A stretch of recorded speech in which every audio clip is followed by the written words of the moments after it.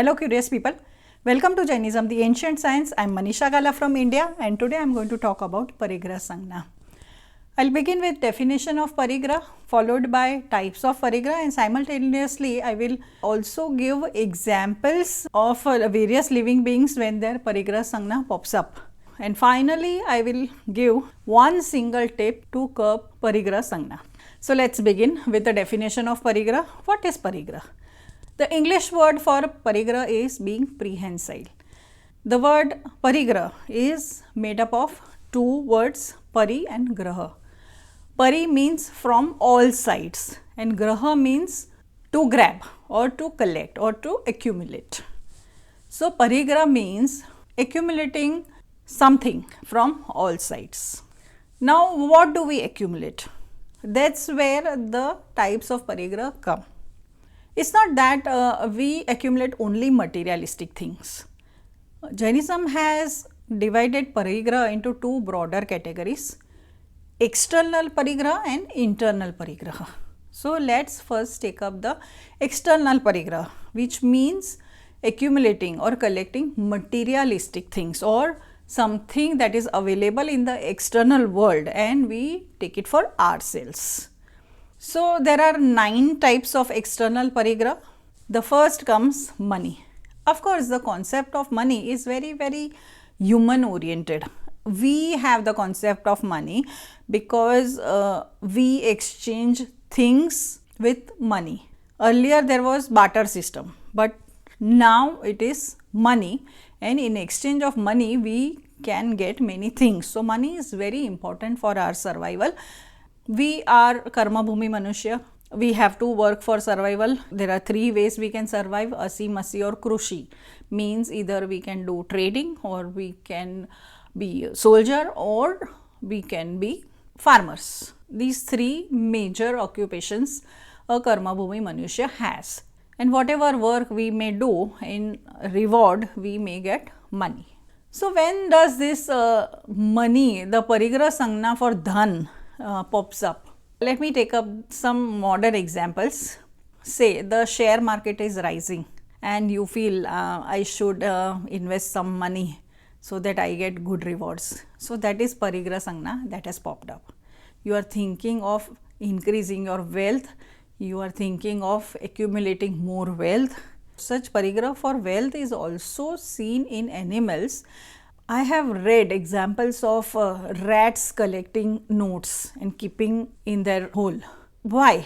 Why do rats need money? So the reason behind that is 5 sense beings like rats, sometimes they remember that past life but very faintly. And in that life, if they were collecting such money or wealth or cash, they remember that and they start collecting without understanding why they are doing so. So that's when their parigrah sangya pops up and they start collecting. The next is dhanya. We can't eat raw food. We have to cook our food and eat, and that is why we may store grains. Now the storage of grains also differs from person to person or community to community. There will be some who store main grains like wheat, rice, dal, etc. for the entire year, so that in between they don't have to go and buy it. For some it is a monthly grocery supply. They buy every month. For some who are living on daily wages, they just buy grain every day. They don't store anything.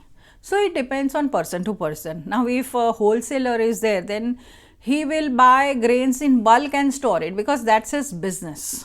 So this parigrah of grains can vary from person to person. This is human way. Now let's see what other beings do. For them we can take a broader definition of dhanya as collecting food.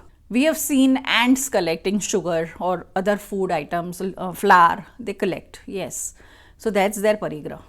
Crows are also observed to be storing food in nooks and corners. I've also seen some crows storing some food. Once at my home only, I saw some ghee dripping from behind a camera, my CCTV camera. I was wondering how something oily can drip from there. But then we checked, a crow had hidden a piece of laddu there, and due to heat in the afternoon, that laddu started melting and the ghee started falling. This is how we can see Parigrah Sangya in birds also and other animals also. Even plants, they also have Parigrah Sangya. Those having aloe vera juice, they must be knowing that aloe vera stem is thick. It is aloe vera's Parigrah. It holds on to juice, it holds on to that pulp. So that is plant Parigrah for food. The third is Kshetra Parigrah, or occupying open lands.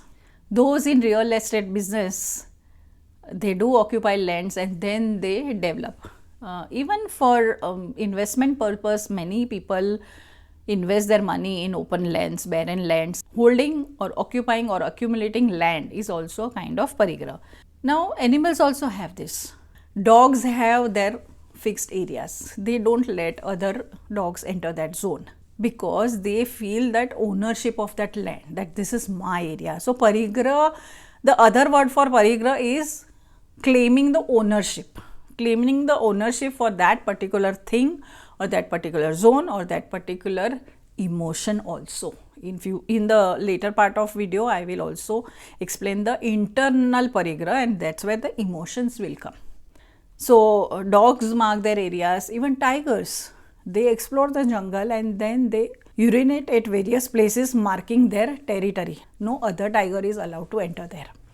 So that is the Parigrah for Kshetra, for the land. The fourth is Parigrah for house, or you can say built structures, architecturally built structures. This is my house, this is my office building. You own a building, you own a structure, this is my nest. All this comes under this Parigrah for the built structures. The fifth is Hiranya Parigrah, or accumulating silver. Yes, we buy silver articles, we buy silver coins, we accumulate silver for ourselves, sometimes only for hobby purpose, sometimes for religious purposes, for gifting purpose. There are many purposes, or just like that, we like to invest in silver. So that is Parigrah for silver. Then comes gold, the most popular metal, the most noble metal available in the present times, and everybody, even every country accumulates that. I recently read so many banks of different countries, they bought so much of gold. That is Parigrah, and we also buy. We not just buy for investment, we also buy for decorating ourselves. We like gold jewelry. So jewelry is also a Parigrah. We like to save, we like to store. The seventh one is Dupat Parigrah. Dupat Parigrah means having two-legged living beings as your property. In modern times, you may feel, who has a two-legged living being as a property? You have staff, your staff. You are paying them. They are working for you. There will be people who will say that my staff cannot work anywhere else. Let him sit idle, but he cannot go to other house and work. So you are showing the ownership for that staff. Ancient times there was slavery. Slaves were treated as their property. So one more interesting fact in this two-legged living beings.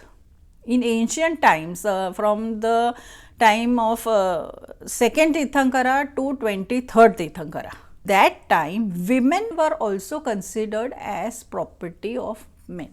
One man would have many wives, all those wives would be dependent on that man, and that man will treat them as his property.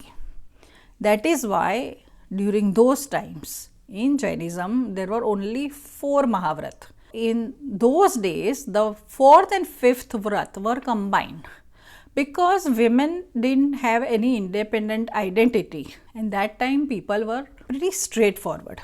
Right now people are manipulative because, as science says, Jainism also says the same thing, with passing time our brain develops. Now it has developed so much that it can manipulate things. Today's women refuse to be treated as property. They believe in their independent existence, and Lord Mahavir could see this coming, and that is why he introduced 5 Mahavrata. He separated the 4th and the 5th Mahavrata. So this was about 2-legged living beings. Now let's come to 4-legged living beings. That is also considered here as Parigrah. We have pets, we have dogs, people have stud farms, they have horses. In Thailand and some few other countries, elephants are also used for work. So one can own elephants. All those animals come under this 4-legged Parigrah. The last is Kuviya, means miscellaneous things we have in our home, or say for example utensils, beds, cars, any other thing or anything else which is not covered in the above 8 types, that all falls in this Kuviya category, miscellaneous things.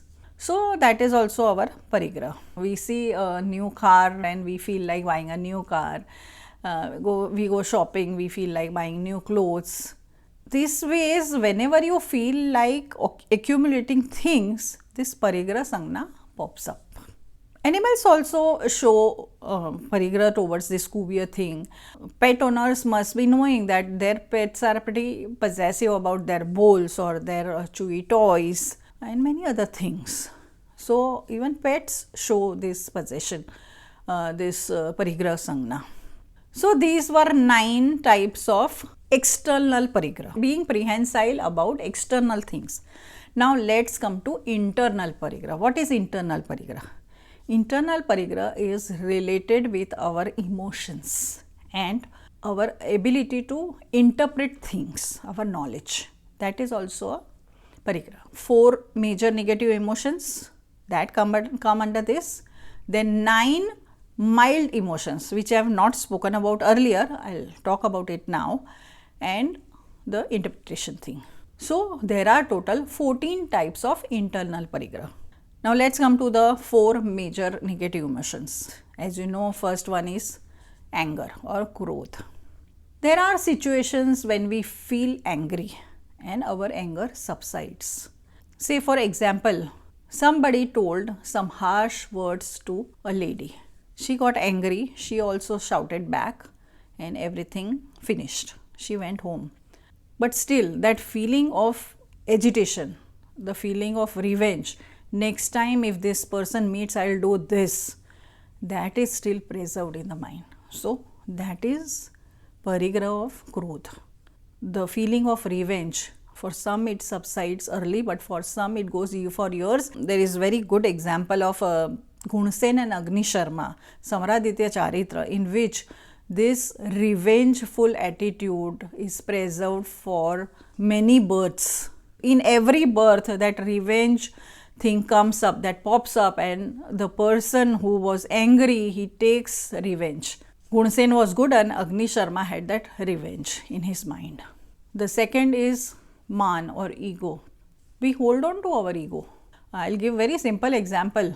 There are people who would get angry if the security guard doesn't salute or the peon doesn't greet. It's their ego they are holding on to. It's everywhere. It's seen quite often. So we hold on to our ego and then this thing pops up. The third one is Maya or deceit. See, that attitude of cheating, that manipulative nature that people hold on to, and it surfaces time and again because it is hidden somewhere inside you. You have not got rid of it completely, and that is why it pops up. Things that are there are only seen. It may seen very rarely, but if it is inside you, it will be seen. So that is Parigrah. The fourth one is greed, lobh. It is closely associated with Parigrah. It is, I think it is synonymous. Parigrah and lobh go hand in hand. That greed for clinging on, that greed for accumulating things, it's Parigrah. Another word for lobh is Parigrah, you can say that way. So these were the 4 major negative emotions. Then Jainism has also specified 9 mild emotions. Jainism tells it no kashai. There are 9 such emotions. The first one is hasya, laughter. We laugh when the jokes are cracked. Not everyone laughs. That is also true. You must have observed that some people don't laugh only even if the biggest joke is cracked.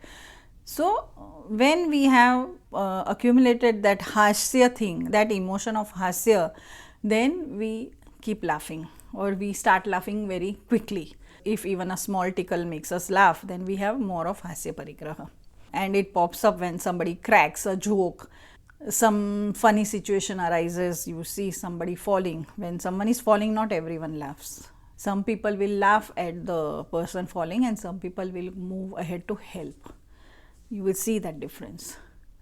The next nokasha is rati. Rati or rag means you like something. You are attached to something. We are attached to many things. We like many things. Because we have karma, we have rag and dvesh. Tirthankaras, Kevalis, they are vitarag. They don't have rag, they don't have dvesh. They don't have this mild emotion of rati because their mohaniya karma is shed completely. But we do have. And that is why we like certain things. And another is arati, means you don't like certain things. We put many things into boxes. I like this, I don't like this. I like this, I don't like this. We are judgmental. That is holding on. Sometimes we hold on to grudge. That is also parigrah of arati. We hold some prejudice. That is parigrah of arati. Then the fourth one is fear. I have already spoken about fear in the negative emotions. Yes, that emotion is also stored deep inside us. That is why it pops up at times. For some it pops up quite often and for some it is rarely, but it's there. Then comes grief.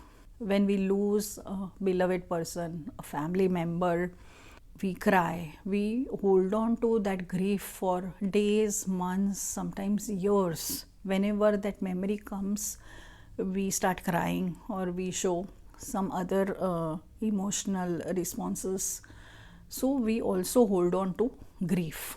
Then comes the feeling of disgust. I don't like this. I mean, I hate this. This feeling of disgust typically comes when you don't like it at all. Say for example, passing by a pile of garbage. It is disgusting, that foul smell we can't stand. So sometimes such disgust is also seen for ugly people, sick people. Typically, I can take an example of people suffering from leprosy. Generally, people like to stay away from such patients. There will be very few people like Baba Amte who really worked hard to treat them, cure them and to rehabilitate them. Otherwise, generally lepers are victims of hatred from the society. They are discarded by the society. So, that is holding on to dugancha. The Jainism term for that is dugancha, or the feeling of disgust. And then the last three, Strived, Purushved, Napunsakved. The desire for indulgence with either male or female or both. So, these are 9 mild emotions which we hold on to. And the last one is related to our knowledge, the misinterpretation.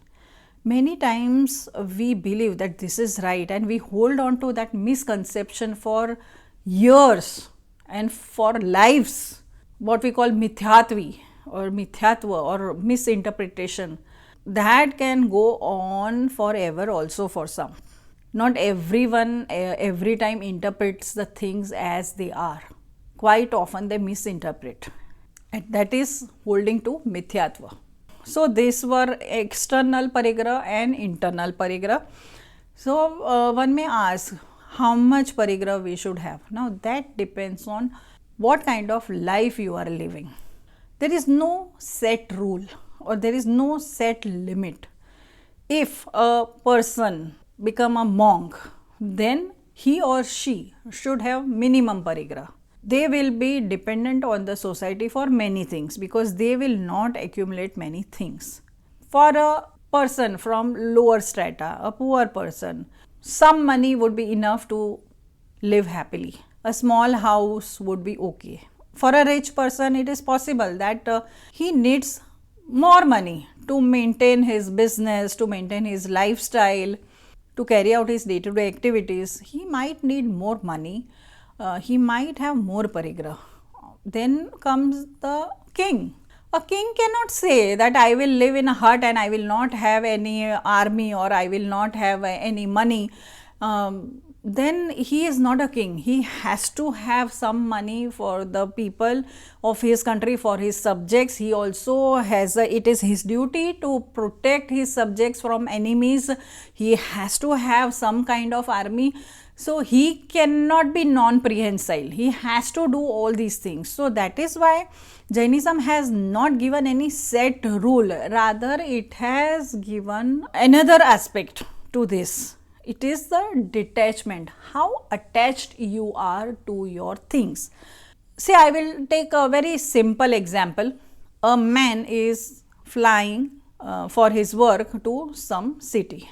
He has booked a ticket, an aisle seat for himself. And when he climbs the flight, he is requested by somebody sitting next to him that my wife is sitting somewhere else on the another aisle seat. Can we exchange? If that person says no, I will not exchange, that means he is pretty prehensile. He is claiming his ownership on that seat, which is actually not his. He is owner of that seat only for that duration of flight, 1 hour, 2 hour, whatever duration it may be. But he is so possessive about that seat. Even if he is offered a similar seat elsewhere, he is not ready to accept this. So this shows his attachment towards that thing. So similarly, Parigrah also goes with attachment. How it goes with the greed, it also goes with the attachment, how attached you are to your things. In that greed video, I had also said that a poor may be more greedy and a rich person may be less greedy. So same goes for the Parigrah. Poor person may have endless wishes and endless thoughts of accumulating things, and a rich person may be satisfied with whatever he has, and now whatever comes or whatever income is there, it is just a punya. It is a result of his punya. Even without doing any efforts, he is getting those and getting that money, and he cannot stop that. So it is all about how attached you are. As long as there is karma, as long as we are in this world, we are worldly living beings, we will be holding to some or other Parigrah. So now, how to tackle this? This is a big quest. We cannot live without things. We have to have some things for our survival, for a comfortable life. Then what to do to curb this Parigrah Sangya? I'll give only one single tip for that. Whenever you feel like accumulating something, just ask yourself, do I really need it? That's it.